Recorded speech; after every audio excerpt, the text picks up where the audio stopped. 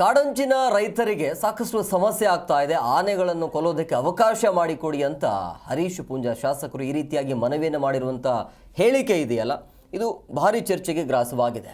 ಕಾಡು ಪ್ರಾಣಿಗಳಿಂದ ರೈತರು ಸಂಕಷ್ಟಕ್ಕೆ ಒಳಗಾಗಿದ್ದಾರೆ. ಸೊ ಈ ವಿಚಾರವನ್ನು ಅಲ್ಲಿ ಪ್ರಸ್ತಾಪ ಮಾಡ್ತಾರೆ ಹರೀಶ್ ಪೂಂಜಾ ಅವರು. ವನ್ಯಜೀವಿಗಳಿಂದ ಕಾಡಿನಂಚಿನಲ್ಲಿರುವಂಥ ಜನ ತತ್ತರಿಸಿ ಹೋಗಿದ್ದಾರೆ, ಇದಕ್ಕೆ ಶಾಶ್ವತ ಪರಿಹಾರ ಕೊಡಬೇಕು ಅಂತೇಳಿ ಆಗ್ರಹಿಸಿದ್ದಾರೆ. ಬಟ್ ಹರೀಶ್ ಪೂಂಜಾ ಈ ಹೇಳಿಕೆ ಇದೆಯಲ್ಲ, ಈ ಹೇಳಿಕೆಯನ್ನು ಸಚಿವರಾಗಿರುವಂಥ ಈಶ್ವರ ಖಂಡ್ರೆ ಕೂಡ ಖಂಡಿಸಿದ್ದಾರೆ. ಸಾಧ್ಯನೇ ಇಲ್ಲ. ರೈತರ ಕೋವಿಗೆ ಅವಕಾಶ ಮಾಡಿಕೊಡಿ. ನೀವು ಹೇಗೂ ಕೊಲೆ ಮಾಡ್ತಾ ಇದ್ದೀರಿ ಅದನ್ನ, ಆನೆಗಳನ್ನು ರೈತರಿಗೆ ಅವಕಾಶ ಮಾಡಿಕೊಡಿ. ನಾವು ಗುಂಡಿಟ್ಟು ಸಾಯಿಸ್ತೇವೆ ಅದನ್ನು. ಆ ಪರಿಸ್ಥಿತಿಯಲ್ಲಿ ಇವತ್ತು ರೈತರು ಇದ್ದಾರೆ. ನೀವು ಹೇಳಿದ ಕಾರಣಕ್ಕೋಸ್ಕರ ನಾವು ಅದನ್ನು ಮಾಡ್ತೀವಿ ಇದನ್ನ ಮಾಡ್ತೀವಿ ಅಂತ ಹೇಳಿದ್ರೆ ಇವತ್ತು ನಮ್ಮ ಪಶ್ಚಿಮ ಘಟ್ಟದ ಬದಿಯಲ್ಲಿರ್ತಕ್ಕಂಥ ಜನ ಇವತ್ತು ತತ್ತರಿಸಿ ಹೋಗಿದ್ದಾರೆ. ರಾತ್ರಿ ಮಲಗ್ತಕ್ಕಂಥ ಪರಿಸ್ಥಿತಿಯಲ್ಲಿ ಇವತ್ತು ಗ್ರಾಮೀಣ ಪ್ರದೇಶದ ಜನ ಇಲ್ಲ. ದಯವಿಟ್ಟು ಇದಕ್ಕೆ ಪರ್ಮನೆಂಟ್ ಸೊಲ್ಯೂಷನ್ ಮಾಡ್ಬೇಕೆನ್ನುವಂಥದ್ದನ್ನು ನಾನು ಅರಣ್ಯ ಸಚಿವರ ಹತ್ರ ರಿಕ್ವೆಸ್ಟ್ ಮಾಡ್ತಾ ಇದ್ದೀನಿ.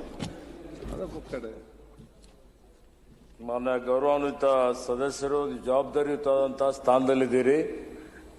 ಜವಾಬ್ದಾರಿಯುತವಾದಂತಹ ಸ್ಥಾನದಲ್ಲಿದ್ದು ವನ್ಯಜೀವಿಗಳಿಗೆ ಕೊಲ್ಲಿಕ್ಕೆ ಅವಕಾಶ ಕೊಡಿ ಅನ್ನುವಂತ ಮಾತನ್ನು ಹೇಳ್ತೀರಿ. ಅತ್ಯಂತ ಇದು ಮನುಷ್ಯರಿಗೆ ಬದುಕಲಿಕ್ಕೆ ಹಕ್ಕಿದೆ, ಅತ್ಯಂತ ದುರದೃಷ್ಟಕರವಾದಂತಹ ಒಂದು ಸಂಗತಿ. ಕೇಳಿ ಪೂರ್ತಿ ನೀವು ಹೇಳಿದ್ದೆಲ್ಲ ಕೇಳಿದ್ದೀನಿ, ನಾನು ಹೇಳಿದ್ ಕೇಳಿ ಕೂಡಿ. ಅಲ್ಲ ಸರ್, ಕೂಡಿ ನಾನು ಹೇಳ್ತೀನಿ. ಒಂದ್ ನಿಮಿಷ, ನಾನು ಹೇಳಿರ್ತಕ್ಕಂಥದ್ದು ಗ್ರಾಮೀಣ ಪ್ರದೇಶದ ಜನರ ಭಾವನೆ ಹೇಳಿರ್ತಕ್ಕಂಥದ್ದು, ಜನರ ಭಾವನೆ ಹೇಳ್ತಿರ್ತಕ್ಕಂಥದ್ದು. ಬದಲಾವಣೆ ಇವತ್ತು ಇಲ್ಲಿರ್ತಕ್ಕಂಥ ನಾವು ಮಾತಾಡ್ತಕ್ಕಂಥ ಜನಪ್ರತಿನಿಧಿಯಾಗಿ ಜನರ ಭಾವನೆಗಳಿದ್ದಂತಹ ಸಂದರ್ಭದಲ್ಲಿ ಅವರಿಗೆ ಮನದಟ್ಟು ಮಾಡಿಕೊಳ್ಳುವಂತ ಕೆಲಸ ನೀವು ಮಾಡಬೇಕಾಗುತ್ತೆ. ಕಾನೂನುಗಳು ಮಾಡಿ ನಾವು ಕಾಯ್ದೆ ಮಾಡ್ತೀವಿ, ಕಾನೂನು ಉಲ್ಲಂಘನೆ ಮಾಡ್ತೀವಿ, ಅದೆಲ್ಲ ಆಗೋದಿಲ್ಲ. ಇವತ್ತು ನೀವು ಕೆಲವೊಂದು ಆರೋಪಗಳು ಮಾಡಿದ್ದೀರಿ. ಇವತ್ತು ನಾವೇನು ಆನೆಗಳ ಗ್ರಾಮಗಳ ಜೀವ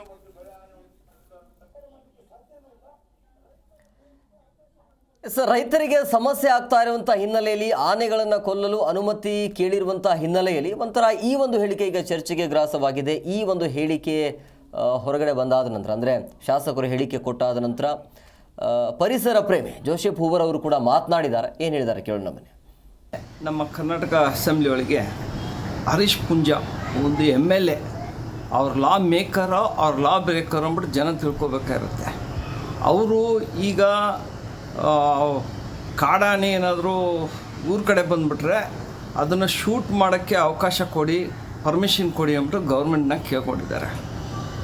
ಇವ್ರಿಗೇನು ಸ್ವಲ್ಪ ಆದರೂ ಅರ್ಥ ಇದೆಯಾ? ವನ್ಯಜೀವಿ ನಾವೆಲ್ಲ ಒಟ್ಟಿಗಿರೋದು, ಕೋ ಎಕ್ಸಿಸ್ಟೆನ್ಸ್. ಇವತ್ತೇನೋ ಎದ್ದುಬಿಟ್ಟು ಯಾರಿಗೋ ಅಪಾಯ ಆಗಿದೆ ಅಂದ್ಬಿಟ್ಟು ಒಂದೇ ಸತಿ ಎತ್ಕೊಂಡು ಬಂದೂಕ ಕೊಡಿ, ಶೂಟ್ ಮಾಡಿಬಿಡ್ತೀವಿ, ಪರ್ಮಿಷನ್ ಕೊಡಿ ಅಂದರೆ ಸ್ವಲ್ಪ ಆದರೂ ಜವಾಬ್ದಾರಿ ಬೇಕು. ಒಬ್ಬರು ಪಬ್ಲಿಕ್ ಫಿಗರ್ ಇದ್ದಾಗ ಮಾತಾಡಿದಾಗ ಸ್ವಲ್ಪ ಸೆನ್ಸಿಬಲ್ ಆಗಿ ಮಾತಾಡಬೇಕು. ಏನಕ್ಕೆ ಆಗ್ತಿದೆ, ಅದಕ್ಕೇನು ಸೊಲ್ಯೂಷನ್ ಇದೆ, ಫಸ್ಟ್ ಆಫ್ ಆಲ್. ಈ ಬಗ್ಗೆ ಮಾತನಾಡೋದಕ್ಕೆ ನಮ್ಮ ಜೊತೆಗೆ ಪರಿಸರ ಪ್ರೇಮಿ ಜೋಸೆಫ್ ಹೂವರ್ ಅವರು ಫೋನ್ ಸಂಪರ್ಕದಲ್ಲಿ ಸಿಕ್ಕಿದ್ದಾರೆ. ಸರ್ ನಮಸ್ಕಾರ. ನಮಸ್ಕಾರ. ಶಾಸಕರ ಈ ಒಂದು ಹೇಳಿಕೆ ಭಾರಿ ಚರ್ಚೆಗೆ ಕಾರಣವಾಗ್ತಾ ಇದೆ, ಏನು ಹೇಳ್ತೀರಿ ಸರ್? ಅವ್ರಿಗೇನು ತಲೆ ಕೆಟ್ಟೋಗಿದೆ ಅಂತ ಕಾಣುತ್ತೆ ಆ ಮನುಷ್ಯನಿಗೆ. ಫಸ್ಟ್ ಆಫ್ ಆಲ್ ಅವ್ರ ಮೇಲೆ ಒಂದು FIR ಇತ್ತು 2023 ಫಾರೆಸ್ಟ್ ಸ್ಟಾಫ್ ಯಾವ್ದೋ ಎನ್ಕ್ರೋಚ್ಮೆಂಟ್ ಎತ್ತಕ್ ಹೋದಾಗ ಅವಾಗ್ಲೂ ಗಲಾಟೆ ಮಾಡಿದ್ರು. ಅವ್ರ ಮೇಲೆ FIR ಆಗಿದೆ. ಇವ್ರಿಗೇನೋ ಕಾಡು ವಿರುದ್ಧ ವನ್ಯಜೀವಿ ವಿರುದ್ಧ ಇದ್ದಾರೆ ಇವರು. ಯಾರು ಹಿಂಗ್ ಮಾತಾಡ್ತಾರ ಅಸೆಂಬ್ಲಿ ಒಳಗೆ ಎದ್ ನಿಂತ್ಬಿಟ್ಟು ಕಾಡು ಉಳಿಸ್ಬೇಕು, ವನ್ಯಜೀವಿ ಉಳಿಸ್ಬೇಕು, ಪರಿಸರ ಇದ್ರೇನೆ ನಾವೆಲ್ಲ ಬದುಕ್ತೀವಿ ಅಂದ್ಬಿಟ್ಟು ಯಾರೊಬ್ಬರು ಶಾಸಕರು ಮಾತಾಡ್ತಾರ?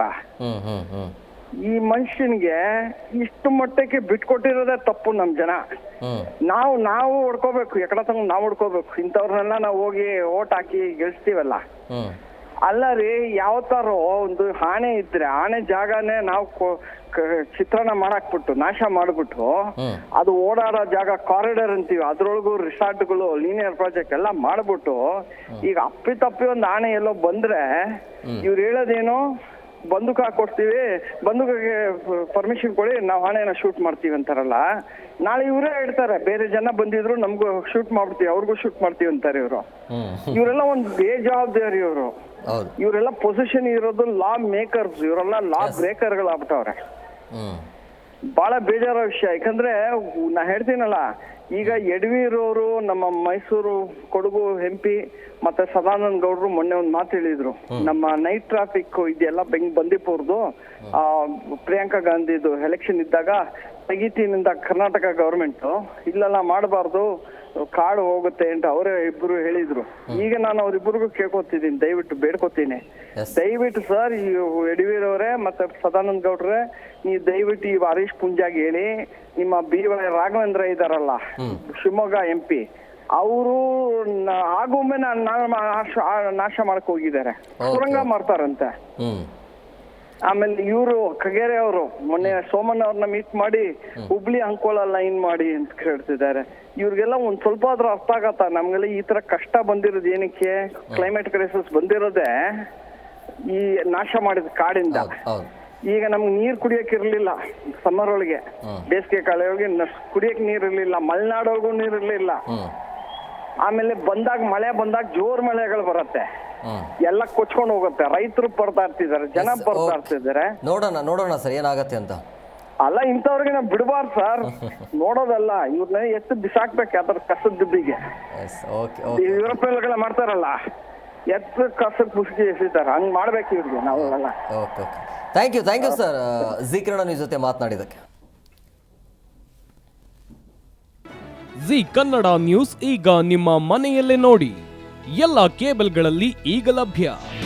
ನಿಮ್ಮ ನೆಚ್ಚಿನ ಜಿ ಕನ್ನಡ ನ್ಯೂಸ್ ಈಗ ಸನ್ ಡೈರೆಕ್ಟ್ ನಲ್ಲಿ number 292, Tata play number 1664, Jio TV number 1334, NXT digital number 30, in cable number 30, city networks 51, U digital number 162, GTPL number 17, Rockline telecommunications number 42, Shri Basaveshwara cable number 168, rural cable network 60, Vinayaka digital 57, Abhishek cable 821, city channel 53, Siddeshwara cable network 57, V4 digital Infotech 628, Surya digital networks 53, Gajanan digital number 836, Malnad Infotech private limited number